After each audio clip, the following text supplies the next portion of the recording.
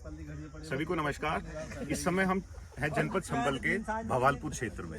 ये क्षेत्र असमोली चीनी मिल के अंतर्गत आता है और यहाँ पे चूँकि असमोली चीनी मिल बात गन्ने की चल रही है, तो गन्ना किसानों से बात करेंगे कि इस बार कैसी इनकी लागत आई है, कैसा इसका उनका उत्पादन है और क्या स्थिति बिल्कुल इस समय गन्ने की चल रही है। तो आपका क्या नाम है जी? मेरा नाम महिपाल सिंह है और गाँव? गांव मेरा सड़कड़ी है और मैं यहीं भवालपुर अड्डे पे रहता हूँ। ये भी बिलोंग करता हूँ, मैं भवालपुर से बिलोंग करता हूँ। तो इस समय आप हमें ये बताओ कि गन्ने का पहली बात तो वैरायटी कौन सी ज़्यादा बोई जाती है यहाँ पे?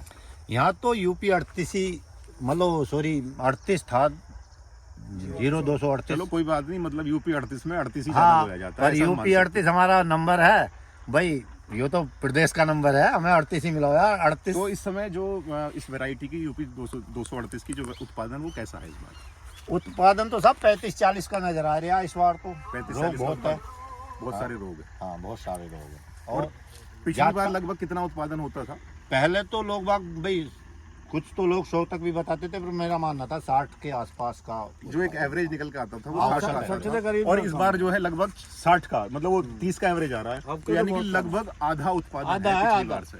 और भाव की क्या स्थिति है? भाव जो है सरकार का, देखो सरकार के तो हम केंद्र में एक हमारे यूपी के कृषि मंत्री हैं, उनका बयान सुन के हम इतने उदास हुए कि उन्होंने कही है कि हर बार भाव नहीं बढ़ते। हाँ भाव नहीं बढ़ते, तो उन भाई हताशा हुई है कहीं ना कहीं गन्ना किसान को, क्योंकि भाव तो जबकि सरकार का ये मानना है कि 6% जो है इन्फ्लेशन रेट यानी महंगाई जो है हर साल बढ़ती है, तो उसके हिसाब से 20 या 22 रुपए तो हर साल स्वतः ही बढ़ना चाहिए।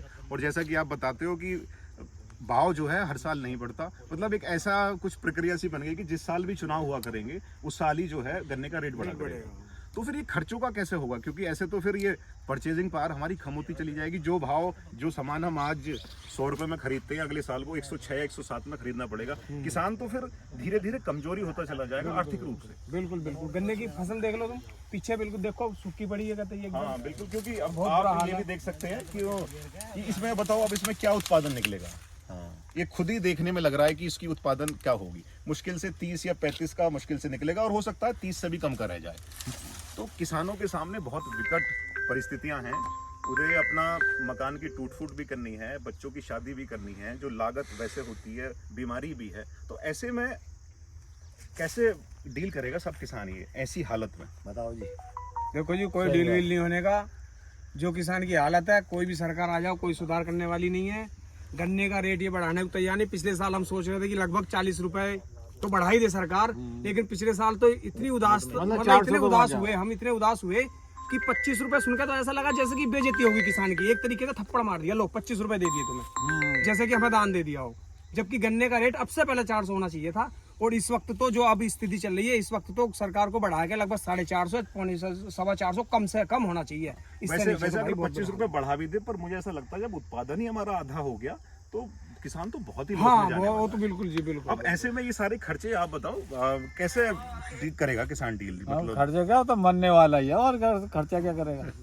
मरेगा ही दूसरा और क्या करेगा? अच्छा एक बात और बात की कमी रह रही है थोड़ी फाकने की। नहीं देखो क्या कहते हैं किसान, मतलब ये मजाक वाली बात नहीं है, वाकई किसान के हाँ, सामने बहुत बड़ी की जरूरत पड़ रही है। परिस्थितियां और क्या, हैं। खर्च दिन प्रतिदिन लगातार बढ़ता चला जा रहा है और उत्पादन हमारा घटता चला जा रहा है। तो ये आप सबसे बातचीत का मकसद ये था कि वास्तविकता जो किसान की वो दिखाने का कि इस बार बहुत बुरे हालात में किसान है। और चारे की समस्या, चारे की समस्या, क्योंकि इस पे हरा अंगोला होता था तो पशु को चारा मिलता था। बिल्कुल। अब दरअसल हो क्या गया, किसान के साथ समस्याएं बहुत भी है। जैसे मान लो ये आपने डाल भी दिया, बोने के लिए खाद नहीं मिल रहा, और जैसे तैसे खाद करके एक युद्ध ही लड़ना हो गया खाद। और अगर खाद मिल भी गया तो फिर आवारा पशुओं से इस फसल को बचाना भी है, रात भर जागना भी है। तो एक किसानी तो ऐसा हो गया जैसे कि रोज पहाड़ चढ़ना सा हो गया। तो महिपाल सिंह जी, ये तो बड़ी स्थिति खराब है किसान के साथ वाकई।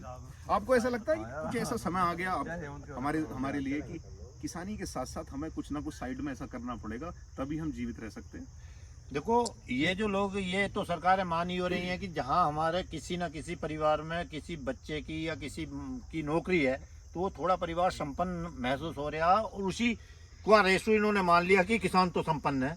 यहाँ जो है ज़्यादातर किसी न किसी परिवार में नौकरी है, तो तब उसका गुजर बसर ठीक चल रहा है। अगर कोई किसानी पे पूर्णतः डिपेंड है तो वो ठीक ठाक किसान भी जो है अपनी मतलब जो खर्चा नहीं निकाल पा हाँ गलत या फिर हालात से ये जूझ रहे कह लो कि जिस पर सरकारी नौकरी नहीं भी थी, नौकरी भी नहीं थी, अभी तक इस 38 बीज के उत्पादन ने हमें बचा के रखा, हाँ इसने कुछ जिससे कि जो थोड़ा सा किसान जिंदा रह गया या जिंदा लायक रह गया। हाँ थोड़ी सी पैदावार ज्यादा थी। तो बस ये वीडियो बनाने का उद्देश्य, वीडियो बनाने का मकसद सिर्फ यही था, किसानों की जो जमीनी हकीकत है, जिस हालात से वो गुजर रहा है, बड़ी कठिनाई है, बड़ी परेशानी है। आपने समय दिया, वीडियो को देखा, इसके लिए आपका बहुत बहुत धन्यवाद। नमस्कार।